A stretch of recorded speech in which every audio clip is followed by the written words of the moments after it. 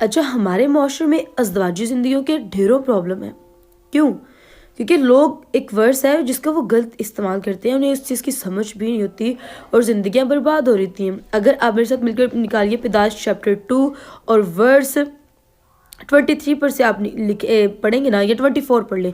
24 verse पर देखें, इस वास्ते मर्द अपने बाप को छोड़ेगा और अपनी बीवी से मिला रहेगा और वो एक तन होंगे। इस वर्स का इस्तेमाल लोग इसको और ही तरीके से कर लेते हैं। इवन इस वर्स का मतलब ये नहीं है कि एक जो लड़का है वो अपने माँ बाप को छोड़ देगा। हाँ अगर ऐसा होता तो खुदा 10 अहकाम में क्यों लिखवाता कि अपने माँ बाप की फरमाबरदारी कर। और यही वाहद एक ऐसा हुक्म है जिसके साथ वादा भी मौजूद है कि उन्होंने हुक्म मनेगा, उन्होंने फरमाबरदारी करेगा तो क्या होगा, तेरी उम्र दराज होगी। आपको इस ज़मीन पर लंबी उम्र गुजारने के लिए खुदा और अपने माँ बाप के फरमाबरदार होने की ज़रूरत है।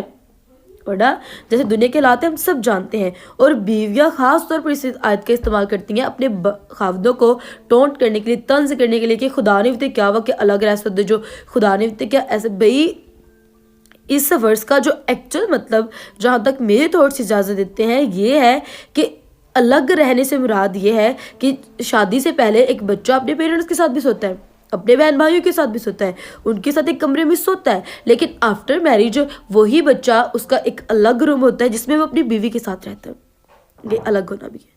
अब इसका हरगिज मतलब ये भी नहीं है कि आप दोनों चीज़ों को अनबैलेंस करें। ये सबसे बड़ा टारगेट एक खावत की ज़िंदगी में होता है कि वो अपनी माँ और अपनी बीवी दोनों को कैसे बैलेंस करता है। उसकी ज़िंदगी में बैलेंस का होना ज़रूरी है। आप ज़्यादा सपोर्ट अपनी मदर को भी नहीं कर सकते और ज़्यादा सपोर्ट अपनी बीवी को भी नहीं कर सकते। आपको दोनों को इक्वल लेवल पर रखना है। अगर आप बीवी को ज़्यादा सपोर्ट करेंगे तब भी आप नाइंसाफ़ी करेंगे, और मदर को ज़्यादा सपोर्ट करेंगे तब भी आप नाइंसाफ़ी ही करेंगे। अलग रहने से मतलब ये नहीं है कि तुसी बीवी आई तो बीवी ने ऑर्डर जाना शुरू किया, चल अपनी मां सेपरेट कर। कलाम च यही लिखा है। नहीं भाई, फरमाबरदारी करनी है आपको भी और उसको भी। ये नहीं हो सकता कि आपकी औलाद दे, आपके माँ बाप ने पूरी पूरी उम्र आपको पाला है, आपके लिए वो दुनिया की ठोकरें खाई हैं, आपके लिए इतने बोरियों के बारे बोझ उठाए हैं, और एंड टाइम में आए कि आप उन्हें नवाले भी ना दे सके, एक रोटी का टुकड़ा भी ना दे सके, आपके लिए महाल हो जाए, आपके लिए आपके बीवी बच्चे इंपॉर्टेंट हो, माँ बाप की कोई वैल्यू ना हो, आप उनकी खिदमत ही ना कर पाए, ऐसी औलाद पर मैं समझती हूँ कि बेकार औलाद ऐसी। याद रखिए, खुदा एक माँ भी है और खुदा एक बाप भी है। अगर खुदा के कलाम में लिखा है कि जो माँ बाप तुझे मैंने ज़मीन पर दिए हैं, अगर तू उसकी कदर नहीं कर सकता तो जो आसमान पर बैठा है तो उसकी कैसे कर सकता है। नो, अगर आप ज़मीनी माँ बाप की मदद वो नहीं ना करते, कदर नहीं करते। और कलाम में लिखा है कि अगर तेरा माँ बाप फ़कीर फरीसी क्या करते थे, माँ बाप उनसे कुछ मांगते थे तो वो क्या कहते थे, ले वो तो हमने खुदा को दे दिया। आप ये नहीं कह सकते कि माँ बाप आपसे कह कि हमें एक वक्त का खाना ही दे दो, और आप उनसे कह के नहीं मैं तुम्हारे लिए दुआ कर दूंगा लेकिन खाना नहीं मैं दे सकता। आप ऐसा नहीं कर सकते। जब उन्हें खाने की ज़रूरत है तो खाना ही देना है। जब उन्हें अच्छी सेहत के लिए दुआ की ज़रूरत है तो उनके लिए दुआ भी करनी है। आप अपने पेरेंट्स को डिसरिस्पेक्ट नहीं कर सकते। एक्चुअल जब आप अपने पेरेंट्स को डिसरिस्पेक्ट करते हैं, आप अपने खुदा को डिसरिस्पेक्ट करते हैं। मलाकी की किताब में लिखा है कि वो जब एलिया आएगा तो वो पेरेंट्स का, ठीक है, बच्चों का दिल बाप, बाप का दिल बेटे की तरफ माइल करेगा। एक्चुअल हम खुदा के बेटे और बेटियां हैं, और खुदा नहीं चाहता कि हम अपनी ज़मीनी माँ बाप के साथ मिसबिहेव करें, और ना ये इजाज़त देता है कि हम ज़मीनी जो बीवी हमें खुदा दे या खावन दे उसके साथ बेवफाई करें। खुदा ऐसा नहीं है। आपको मैं समझती हूँ कि हमारे जो अपर लेवल के खातमीन है या जिनमें हम रहते हैं, जो हमें सिखाते हैं, उन्हें चाहिए कि जब बच्चे अज़दवाजी ज़िंदगी में जुड़ने जा रहे हैं उनकी काउंसलिंग की जाए, उन्हें बताया जाए कि आखिर अज़दवाजी ज़िंदगी क्या होती है।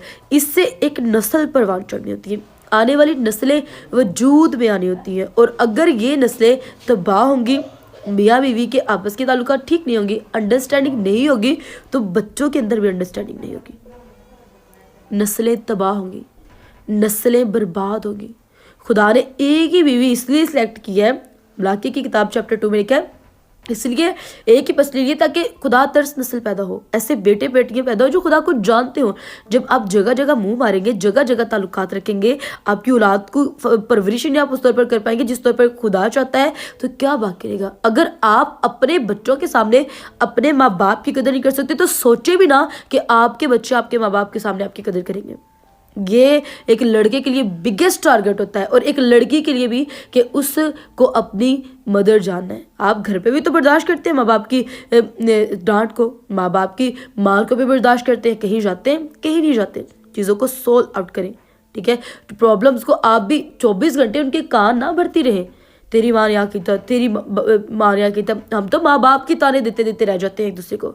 तेरे माँ बाप नहीं चंगे तो अपने माँ बाप को खुआ दिए, लड़की तू अपने माँ बाप को खुआ दे, तू ये कर। भाई आपको दुआ करें अपनी ज़िंदगी के लिए। ये लानते हैं ये शैतान की तरफ से है। खुदा अज़वाजी ज़िंदगी को स्ट्रॉन्ग दिखना चाहता है ताकि बरगज़ीदा बेटे और बेटियाँ पैदा हों, बरगज़ीदा नस्लें पैदा हों। खुदा ने अलग रहने का ये नहीं मतलब कि उन्होंने तो के मार के बाहर काट देना पेरेंट्स को, नहीं। उनकी फर्माबरदारी करनी है, उनके जो हक है उसको अदा करना है, उनकी देखभाल करनी, उनकी खिदमत करनी, उनको दबाना, उनका खाना पीने का ख्याल रखना जब वो बीमारी की हालत में हो। Think about that. ऐसे लोग जो सिर्फ बीवी के ताबे रहते हैं और माँ बाप को छोड़ देते हैं, और जो सिर्फ माँ बाप के ताबे रहते हैं और बीवी को छोड़ देते हैं, किसी काम के लिए खुदा की नज़र में आपको दोनों को बैलेंस आउट करना है। और अगर नहीं हो पा रहा तो खुदा से मदद मांगे। अदरवाइज शैतान तो है ही है, वो तो ज़िंदगी के पीछे हाथ धोकर पड़ा है ताकि ज़िंदगियाँ बर्बाद हों और सब उसके साथ मिलकर जहन्नम में जाए।